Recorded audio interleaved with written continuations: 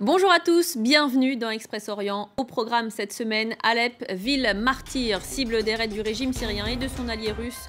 La grande ville du Nord n'est plus qu'un champ de ruines. Vous découvrirez un reportage exceptionnel au cœur d'Alep. Nous irons aussi au Yémen où l'on assiste peut-être à un tournant dans la guerre. Les États-Unis ont décidé de revoir leur soutien à l'Arabie Saoudite. Riyad est accusé d'avoir mené un bombardement meurtrier à Sanaa qui a fait au moins 140 morts. Et puis nous terminerons sur un peu de musique avec du rap gangsta iranien. Le rappeur Alireza Djedje est sur le plateau d'Express Orient. Mais d'abord, c'est une nouvelle fois l'impasse diplomatique dans le dossier syrien. La Russie reste inflexible sur son soutien au régime de Bachar el-Assad. Moscou refuse même d'assister à une réunion sur la Syrie proposée par l'Elysée. Vladimir Poutine a tout simplement reporté son voyage à Paris prévu le 19 octobre prochain. Sur le terrain, la Russie continue d'appuyer militairement l'armée syrienne et s'oppose à toute résolution pour l'arrêt des bombardements à Alep. La situation s'est nettement dégradée dans l'ancienne capitale économique. On parle désormais de crimes de guerre. Vous allez voir l'étendue des dégâts à Alep dans ce reportage signé Franck Genozo et Diona Messina. Les deux journalistes ont été autorisés à filmer par le régime syrien. Une déflagration, suivie d'une colonne de fumée mêlée de poussières et de débris. Voilà à quoi ressemble quotidiennement la ligne d'horizon à Alep. Pour rejoindre le front du centre-ville, il faut traverser les rues désertées de ce qui fut autrefois l'une des cités les plus animées du Proche-Orient. Les dernières centaines de mètres se font à pied, guidés par l'armée syrienne dans cet angoissant théâtre de combat. Tu entends les coups de feu? Ça se bat en ce moment. Les tireurs embusqués sont souvent bien cachés, invisibles au milieu des décombres. Mais chaque coin de rue ou presque résonne du bruit de leurs armes. À l'offensive depuis 15 jours, les soldats syriens nous conduisent au pied de la citadelle, dans la dernière des positions reprises. Regarde ici, c'est une roquette des rebelles qui est tombée sur le toit. Le décor évoque davantage un tremblement de terre. Mais ce sont bien les armes, de part et d'autre, qui ont défiguré la ville. Ici, c'est une roquette artisanale montée sur une bouteille de gaz. Une dernière ruelle à traverser. Et nous voici en première ligne, où la surveillance se fait grâce à ce miroir pour éviter de s'exposer aux tirs. Ils sont à 4, 5, 6 mètres maximum. Là, ils entendent ce qu'on est en train de se dire. Les frappes aériennes nous ont aidés à avancer car elles ont coupé leur ligne d'approvisionnement. Mais à présent, on est trop proche pour qu'ils les bombardent. Ce serait trop risqué pour nous. C'est donc les armes à la main qu'ils tenteront de reprendre ce labyrinthe, rue après rue, maison après maison. Nous quittons la vieille ville pour le quartier périphérique de Bani Z. Repris il y a quelques semaines, à grand renfort de frappes aériennes. De l'hôpital public qui marquait l'entrée du quartier, il ne reste qu'un squelette de béton. Les snipers insurgés y avaient pris position, dit-on ici. Alors les bombardements russes et syriens ont pulvérisé l'édifice pour être sûr qu'il ne pourrait plus servir. Juste en face, ce qui fut un centre commercial, on l'appelait le Golden City.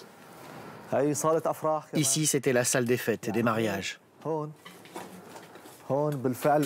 Ici, quand un jeune obtenait son diplôme, il organisait une petite fête de fin d'année. Il y avait même une petite piste de danse. L'enseigne lumineuse façon Las Vegas est couchée sur le flanc. Et plus personne ne se risquerait dans l'ascenseur panoramique. De toute façon, la vue a quelque peu perdu de son charme. Quand on montait ici, on avait un panorama absolument splendide sur tout Alep. Mais avec cette vision-là, désormais, que veux-tu faire? C'est vraiment triste. Du complexe touristique qui lui faisait face, il ne reste que ce bâtiment décharné. Avant la guerre, Para Nadjar venait souvent ici. Avec mes amis, on venait nager et s'amuser, mais c'est un lointain souvenir. De son adolescence, les souvenirs qu'il gardera finalement seront faits de bombes est teintée de tristesse. Moi, je rêve de reconstruire tout ce qui a été détruit, trouver du travail ou retourner à l'école. Surtout voir autre chose que la guerre dans ma vie, car notre vie d'avant s'est envolée. À quelques centaines de mètres de là, les combats se poursuivent. Alors à Alep, se coucher avec l'espoir de jours meilleurs n'est plus si fréquent. La guerre semble parfois éternelle et la paix un mirage, sans cesse brisé par le fracas des bombes qui s'abattent sur la grande cité du nord de la Syrie. Alors que les États-Unis dénoncent le soutien de la Russie au régime syrien, Washington se retrouve à son tour dans l'embarras face à son allié saoudien. Riyad est accusé d'avoir mené un raid meurtrier sur Sanaa lors de funérailles. Le bilan est terrible, plus de 140 morts et un demi-millier de blessés. Les Américains ont annoncé le réexamen de leur soutien à la coalition arabe. La situation au Yémen est-elle devenue incontrôlable? Retour sur les événements clés avec Lucie Debiol.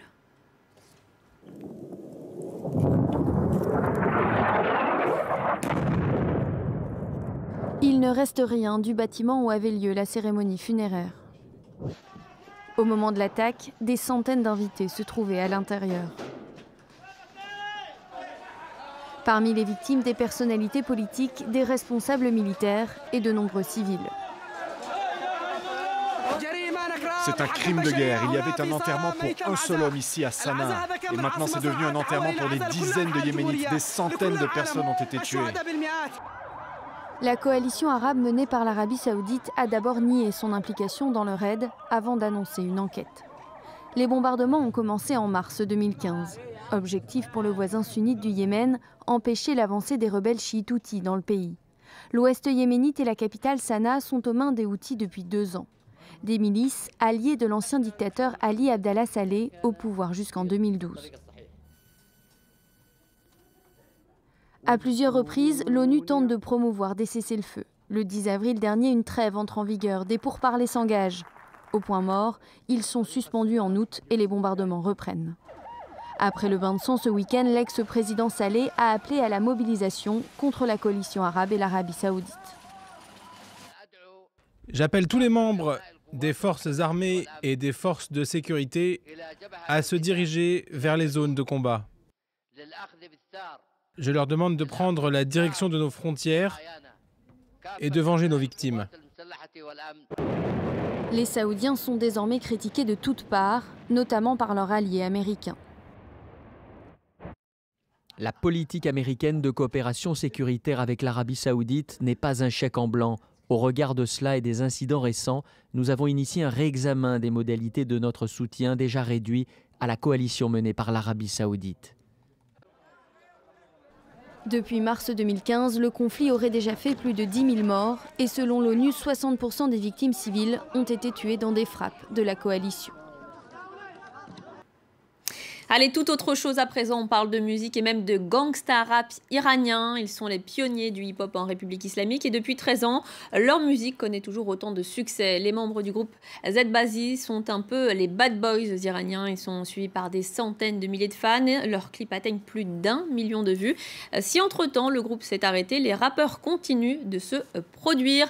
Avec moi, Alireza JJ, bonjour. Hello. Vous êtes rappeur, producteur, mais aussi réalisateur. Avant de revenir sur votre parcours, on va découvrir votre musique avec un extrait de Kirobe Kibad avec Sijal et Nassim. Écoutez.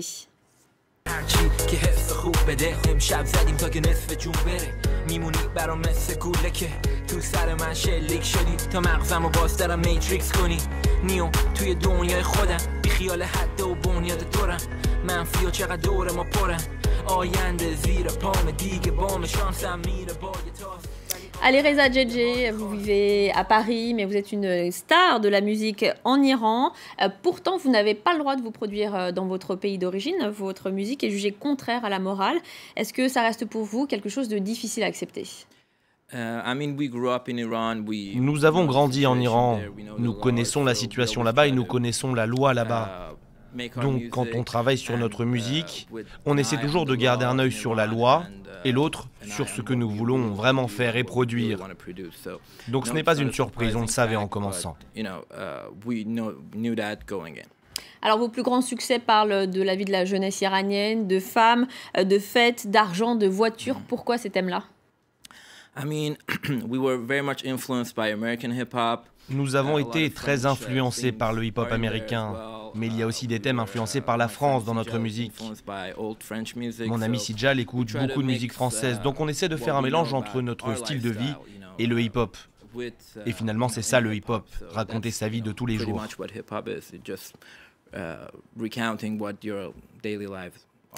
Alors, est-ce que vous pouvez nous raconter un peu comment cette aventure a commencé en 2003? J'ai lu que c'était le rappeur américain Eminem qui avait créé un peu ce déclic, et on sent aussi l'influence d'autres artistes américains dans certaines chansons. Je pense à Exhibit, c'est notamment dans Live in Canada.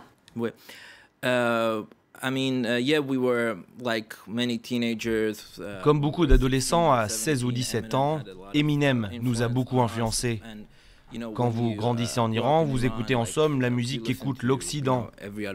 Donc Eminem a été très important pour nous à la fin des années 90 et le début des années 2000. C'est lui, notre principale source d'inspiration. Alors, même si vos paroles sont jugées contraires à l'islam en Iran, vos fans sont là, ils continuent à vous suivre. Est-ce qu'à un moment, vous vous êtes interdit d'aborder certains sujets? Est-ce que vous êtes tenté de vous auto-censurer pour pouvoir, par exemple, vous produire en Iran? Nous faisons vraiment attention à ce que nous disons. Nous essayons, même pour les sujets les plus tabous, de les aborder, en utilisant des jeux de mots par exemple, et en évitant de dire quelque chose de vulgaire directement. Parfois on le fait, mais ça dépend des chansons. Vous savez, vous marchez sur des œufs quand vous produisez du gangsta rap en Iran. Merci Alireza JJ d'être venu sur le plateau d'Express Orient. Votre album est sorti ce mois-ci. Voilà, c'est la fin de cette émission. Merci de votre fidélité. Je vous propose de nous quitter en musique avec la chanson Teheran Maserati d'Alireza JJ.